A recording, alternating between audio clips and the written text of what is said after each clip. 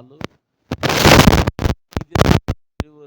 ఇద్దరు సేవకుల్ని సేవకురాన్ని ఎత్తిపెట్టుకుని దేవుడు మంచి వర్తమానం Thotavaripalem area churches pastors association అంటే ఫెలోషిప్కి ఇక చక్కటి వర్తమానం అందించినటువంటి దైవ సేవకురాలు దైవ సేవకుడికి ఈ తోటవారిపాలెం ఏరియా చర్చెస్ పాస్టర్ సహవాసం తరపున వందనాలు చెల్లిస్తున్నాం. ఎబినేజర్ ప్రార్థన మందిరం తరపున వందనాలు చెల్లిస్తున్నాం. అలాగే మా కుటుంబం తరపున వందనాలు, నా తరపున వందనాలు. భోజనము రెడీగా ఉంది. నేను 3 విషయాలు మీకు చెప్పాలని ఆశపడుతున్నాను. ఈ మాటలు మీరు చాలా జాగ్రత్తగా మీ ఇనికిడిలో ఉండాలా. రెండోది, మిమ్మల్ని ఇట్లా టచ్ చేసిన వాళ్ళకి సమాధానం మీరు చెప్పాలా. రైట్, సరేనా? ఇట్లా టచ్ చేసిన వాళ్ళు, నా గురించి ఇట్లా టచ్ చేసిన వాళ్ళకి మీరు సమాధానం చెప్పాలి. మొట్టమొదటిగా సమయం లేట్ అయింది. కారణం ఎవరంటే మనమే కదా. 10 గంటలకు కరెక్ట్ ప్రారంభం అంటే 10 గంటలకు ఉండాలా. ఒక్కోసారి నేను తీర్మానం చేసుకున్నాను. నాకు దెబ్బ తగిలినప్పుడు ఫ్రాక్చర్ అయింది నా కాలు. ఆపరేషన్ చేశారు. నేను ప్రభుని అడిగా, ప్రభువా నేను నడవగలిగితే ప్రారంభంలోనే ఉంటా, సంఘంలో కానీ ఎక్కడైనా సరే నేను నడవగలిగితే ప్రారంభంలో ఉంటాను ప్రభు అన్నాను. దేవుడు నన్ను నడిపించాడు. ఆ దినం మొదలుకొని ఈ దినం వరకు కూడా నేను అదే స్థితిలో ఉంటాను. ఎక్కడికి వెళ్ళినా ప్రారంభం, నేను పాదం పెట్టినప్పుడే ప్రార్థన చేయాలి. అక్కడ ఏ పాస్టర్ అయినా సరే, నేనైనా సరే అలా ఉంటా. నా తీర్మానం అలాంటిది, నా డెడికేషన్ అలాంటిది, నా దర్శనం అలాంటిది. రెండోది, ఈరోజు ఈ కూడిక సాతానుడు అడ్డగించాడు. మా మేనమామ చనిపోయాడు, శీలం ఆత్మారావు అని, అమ్మకు తెలిసి ఉండొచ్చు. శీలం ఆత్మారావు చనిపోయాడు. బరేల కార్యక్రమానికి నేను అక్కడ ఉండాలి. వాస్తవంగా మా అన్నయ్యళ్ళు కూడా అందుబాటులో లేరు. నేను ఖచ్చితంగా ఉండాలి. కానీ నేను మన కూడిక ఉంది కాబట్టి ఖచ్చితంగా ఉండాలన్నటువంటి తీర్మానం నేను చేసుకొని ఉన్నాను. మన పిల్లల్ని జరిపించేయండి అంటే జరిపించేస్తారు, కానీ సేవకుడు ఉండ విధానం వేరే కదా. అందరూ ఆడికెళ్ళాడు అంటే వాళ్ళందరూ చెప్తా ఉండాలా. కానీ దాన్ని ఆపుకొని నీ కూడిక జరిగించడానికి ఉన్నాను. ఎందుకంటే నా డెడికేషన్ అలాంటిది. నన్ను అంటారు, ప్రార్థనకి వెళ్ళినప్పుడు నేను ముందుగానే ఉంటాను. నన్ను పిలిచిన వాళ్ళు ఇంకా వంటావు లేదన్న అప్పుడే వచ్చావంటారు. నన్ను వచ్చిన వాళ్ళు అనుకోవచ్చు, నన్ను ఏమంటారంటే, ఆడిదేమైంది, పిల్లలు లేరు, పెళ్ళం లేదు, ఆడికి ఏం బాధ్యతలు ఉండే, ముందు రాకేం చేస్తాడు అంటారు నన్ను. అవునా కదా? నేను అన్ని సక్కం చేసుకొని రావాలా అని వాళ్ళు అనుకుంటారు. కానీ నా తీర్మానం అది కాదు. నేను ప్రారంభంలో ఉండాలనేటువంటి దేవునికి ఇచ్చిన మాటను నేటికి అదే నేను పాటిస్తూ ఉన్నాను. నన్ను అనుకోవచ్చు అందరూ, ఆడికి పెళ్ళం లేరు, పిల్లలు లేరు, ఎవరు లేరు అని. ఒక విషయం చెప్పమంటారా? ఒక విషయం, మీకు 2 పిల్లలే, 2-3 పిల్లలే మీకు. నాకు 11-12 మంది ఉన్నారు.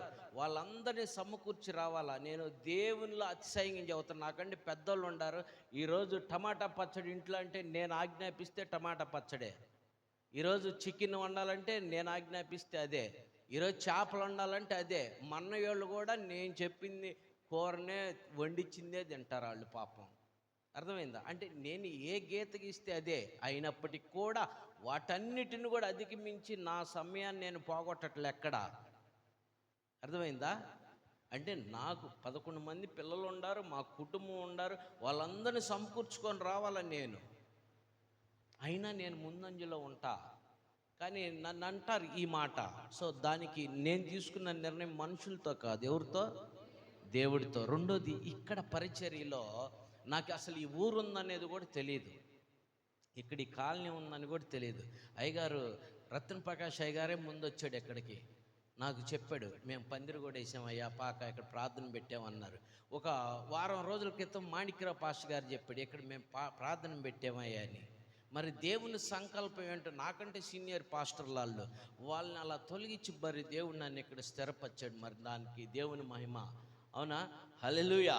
దేవుని కృపది. మరి వాళ్ళని వచ్చారు, వాళ్ళకి సంఘాలు ఉండయి, వాళ్ళు మ్యాన్ పవర్ ఉంది, అన్ని విధాలుగా ఉండారు. కానీ వాళ్ళని దేవుడు ఎందుకు ఇక్కడ నిలబెట్టలా? మరి నాకేమి తెలియదు ఇక్కడ, కానీ దేవుడు తీసుకొచ్చి నన్ను ఇక్కడ నిలబెట్టాడు. ఇక్కడ నేను పడిన ప్రయాస ఎలాంటిదో తెలుసా?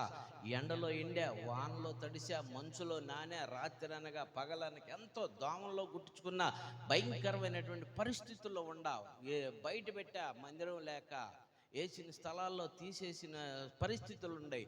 బయట పెట్టా, రోడ్ల మీద పెట్టాయి, చెట్ల కింద పెట్టా. కానీ ఇదంతా కూడా దేవుడు నాకు అనుభవం ఇచ్చాడు. నన్ను 100 సంఘాలు కట్టమన్నాడు, 100 మందిరాలు కట్టమన్నాడు. 100 సంఘాలు, 100 మందిరాలు. ఇప్పుడు మీరందరూ కూడా ప్రార్థన చేయాలి దాని గురించి, సరేనా?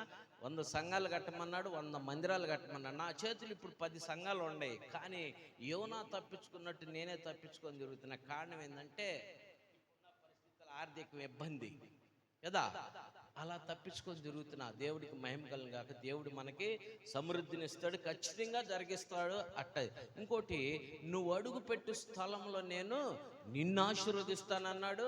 అక్కడున్న ప్రజల్ని ఆశీర్వదిస్తున్నాడు. అది నా తీర్మానంతో నేను బయటకు వచ్చాను. నేను ఎక్కడైతే అడుగు పెడుతున్నానో అక్కడున్న సంఘాలు ఆశీర్వదించబడుతున్నాయి, అక్కడ ఉన్నటువంటి ప్రజలు కూడా ఆశీర్వదించబడుతున్నారు. ఉదాహరణకి 2 చెప్పి నేను ముగిచ్చేస్తాను. ఫస్ట్ ఆఫ్ ఆల్, ఇక్కడ ఏమీ లేదు అసలు. ఈ కాలనీ ఉన్నదాన్ని కూడా, ఈ కాలనీలో స్థలాలు ఇచ్చిన వాళ్ళు కూడా అమ్ముకొని వెళ్ళిపోయారు చాలా వరకు. కానీ ఇక్కడ నేను వచ్చిన 2-3 సంవత్సరాలకు బైపాస్ చేశారు. హల్లెలూయా. దానికి ముందు ఇళ్ళు, ఈ ఇళ్ళు ఇక్కడ లేవు, కాలనీ పాకాలు. అలాంటిది దేవుడు చక్కగా వీళ్ళందరికీ గృహాలు ఇచ్చారు. అయితే ఒకటి, వీళ్ళందరూ కష్టజీవులు, ఏ రోజుకి ఆ రోజు సేకరి చేసుకొని తినేవాళ్ళు. వీళ్ళు కష్టజీవులు వీళ్ళందరూ. దేవుడు వాళ్ళందరినీ కూడా ఈ ప్రభుత్వం ద్వారా గృహాలు ఇచ్చి వాళ్ళని దేవుడు బలపరిచాడు. ఎలా ఇచ్చారంటే, గృహాలు సిమెంట్ రాళ్ళు ఇచ్చేసారు, ఇసుకోళ్ళు ఇసుకిచ్చారు, కట్టేవాళ్ళు కట్టారు, బిల్లులు పడ్డాకు తీసుకున్నారు. దేవునికి మహిమ కలుగుగా. వాళ్ళ దగ్గర డబ్బులు ఉండి కట్టలా, కానీ ఉన్నతమైన స్థితి దేవుడి బిడ్డలకి ఇచ్చాడు. హల్లెలూయా. కారణం ఏంటంటే, నువ్వు అడుగు పెట్టు స్థలం నేను నాకైతే వివాహం కాలేదు, కానీ నాతో ఉన్న బిడ్డలందరికీ వివాహాలు అయిన వాళ్ళకి బిడ్డలు కూడా దేవుడు ఇచ్చాడు. అంటే అది ఆశీర్వాదం, మొట్టమొదటి ఆశీర్వాదం.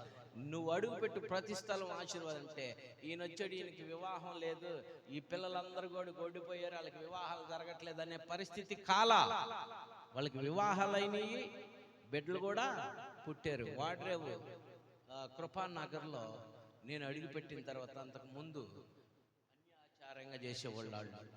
నా ద్వారా 3 సంవత్సరాలు, ఈ సంవత్సరం కూడా జరిగించారు. 3 సంవత్సరాలు వాళ్ళందరూ దాదాపు 3000 మంది సముద్రంలో అడుగు పెట్టాలంటే ప్రార్థన, ఆ ప్రార్థన నా ద్వారా జరిగించారు.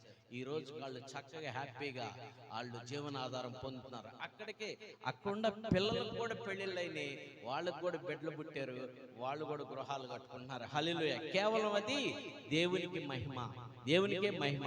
నేను ఎందుకు చెప్పానంటే, నువ్వు అడుగు పెట్టు ప్రతి స్థలం నేను నిన్ను ఆశీర్వదిస్తాను. ఇది ఆశీర్వాదము.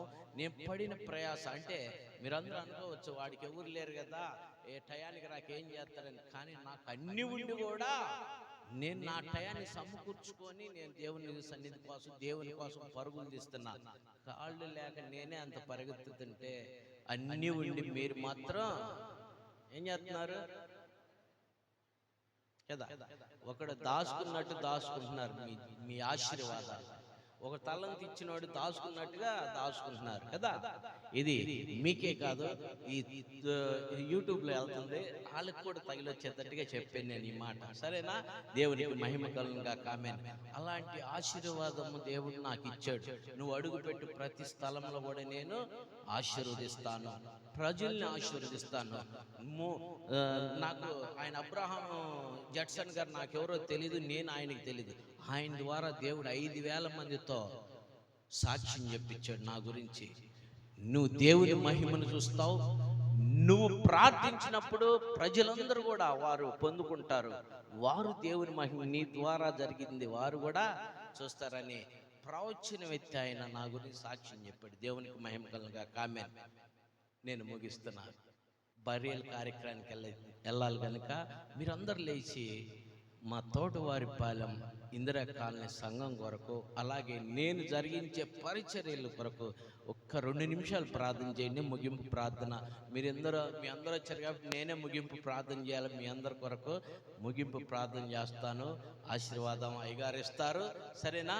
మీరందరూ నా కోసం, నా పరిచర్యల కోసం ఒక్క 2 నిమిషాలు ప్రార్థన చేయండి. అందరు లేచి మా పరిచర్య కొరకు, ఈ తోటవారిపల్లి ఇందిరా కాలనీ కొరకు, అలానే